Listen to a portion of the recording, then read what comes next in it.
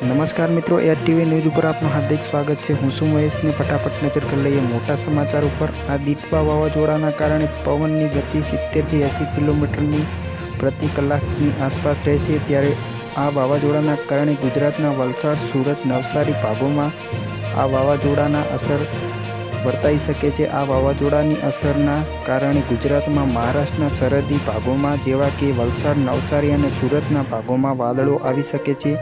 4 થી 8 ડિસેમ્બર વચ્ચે એક નબળી પશ્ચિમ વિક્ષેપ આવવાની શક્યતાઓ રહેશે। ત્યારે વાત કરવામાં આવે તો 5 થી 10 ડિસેમ્બરમાં ગુજરાતના કેટલા ભાગોમાં માવઠું થઈ શકે છે। ત્યારબાદ મિત્રો વાત કરવામાં આવે તો 18 થી 24 ડિસેમ્બર એક મજબૂત પશ્ચિમ વિક્ષેપ આવતા અને બંગાળના ઉપસાગરમાં આ અસરનામાં એક ડિપ્રેશન બનતા જેની ભેજના અસરના કારણે અરબી સમુદ્રમાં હળવા ભેજના કારણે મજબૂત પશ્ચિમ વિક્ષેપ કારણે એક સાયક્લોની બનતા ગુજરાતમાં માવઠું થવાની શક્યતાઓ રહેશે। બસ મિત્રો, અત્યારે આટલું જ। અમારી સાથે જોડાવા માટે લાઇક, શેર અને સબસ્ક્રાઈબ પણ કરી દો।